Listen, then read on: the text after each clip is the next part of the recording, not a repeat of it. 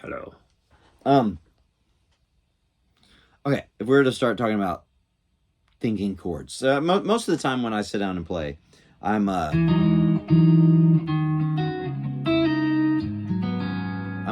usually play chords.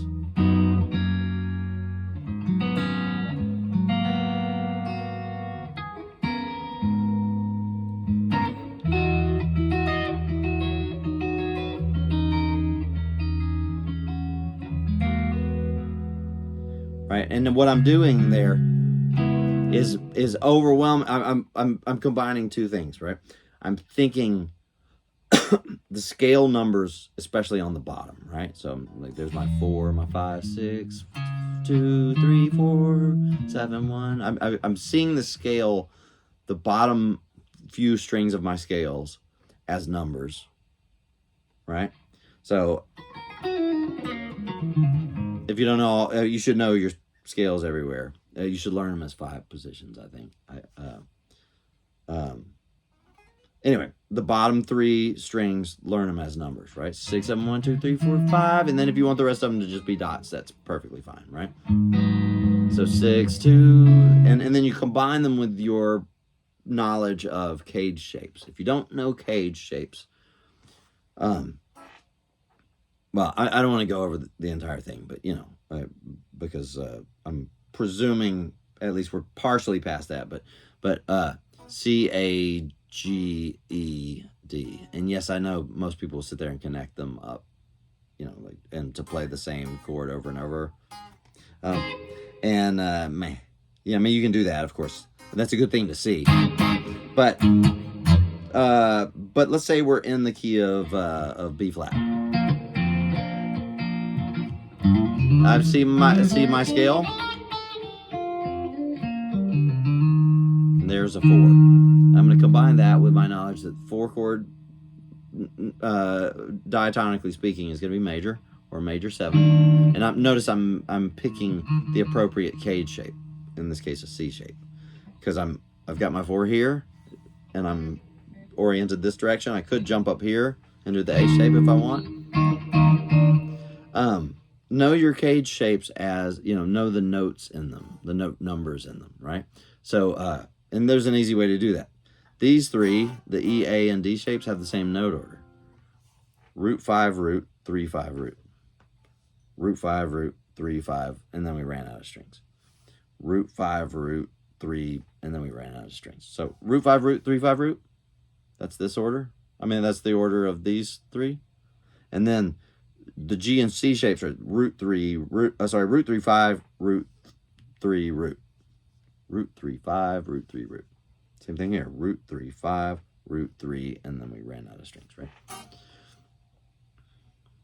Ultimately, what's going on as I'm just noodling around chords and improvising with them, improvising chord progressions and stuff, is the combination of those 2 things. I see scale numbers on the bottom strings, and then I'm grabbing whatever shape, whatever cage shape would be appropriate. Now, as you can tell, I'm not sticking to regular old cage shape. So in the key of, where were we last? B flat. Here's my 2. I'm usually not playing regular old cage shape, but I'm thinking it. So if I'm playing this, and even moving stuff around, it's because I'm thinking this. The place to start is to think the cage shapes, right? So this 4 chord, I might do all sorts of shenanigans with it.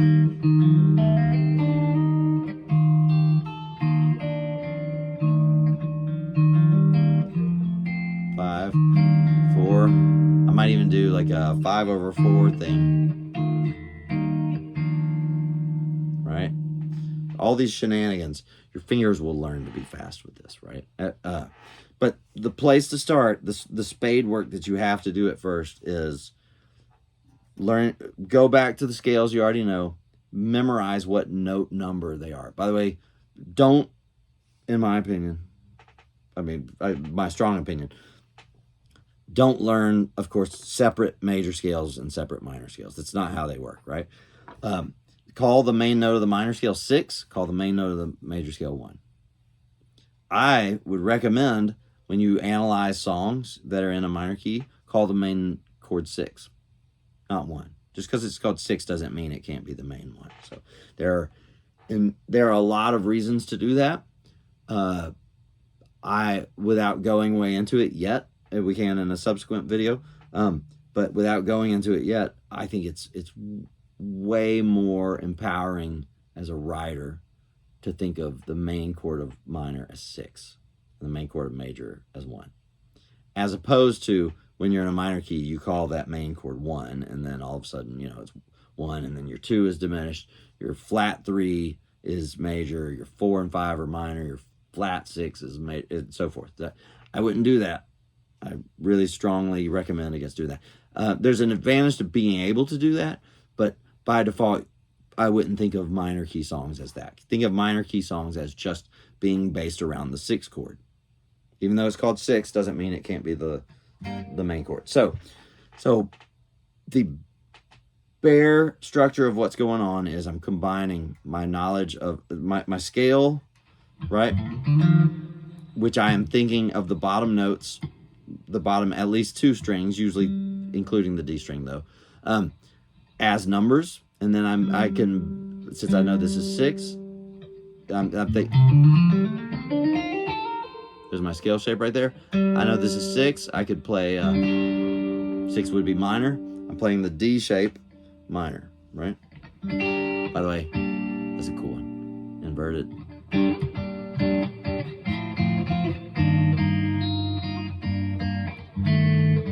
So if you want to do stuff like this, where you can improvise entire chords at once, in other words, start to feel like this, start to be able to behave as if this thing is a piano, right? A lot of this stuff, just because of the nature of the instrument, comes way easier to piano players, which is why typically they tend to be way ahead of us in the ability to do this stuff, to play hip voicings.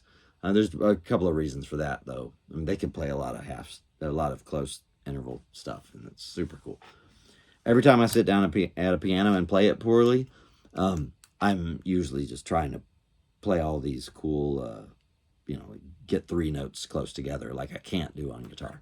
But your basic framework for enabling you to do this stuff, to be able to improvise chords and chord progressions, which is going to lead to it's going to give you a wealth of stuff to draw on while writing, because some of those videos to come will be talking about writing, but this is the place to start.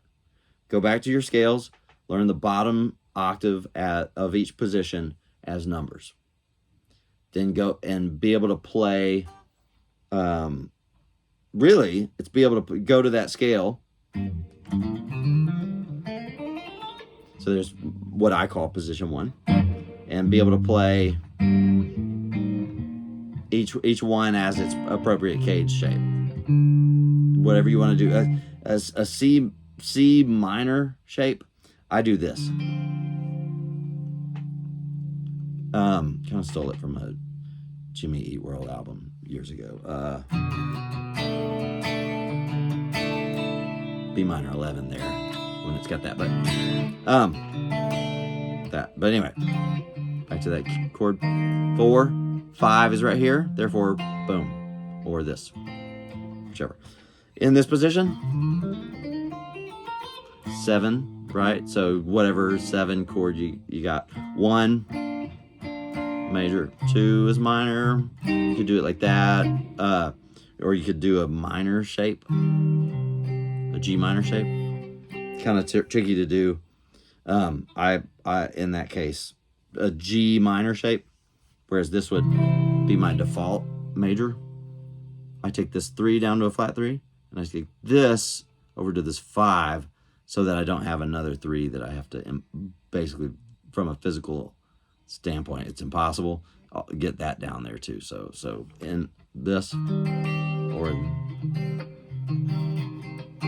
it's 2, 3, 4, 5, 6.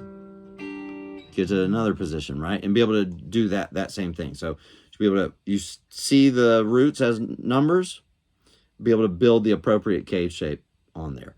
That's your basic framework. We can go to the freaking moon with this, but you got to have that framework. You got to have it. You got to be able to do that basic spade work, which may be a lot of work from where you are right now. Go start doing it. If what you want is to be able to, you know,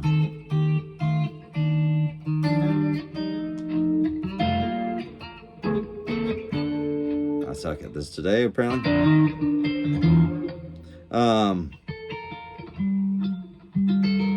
6, 4, 2,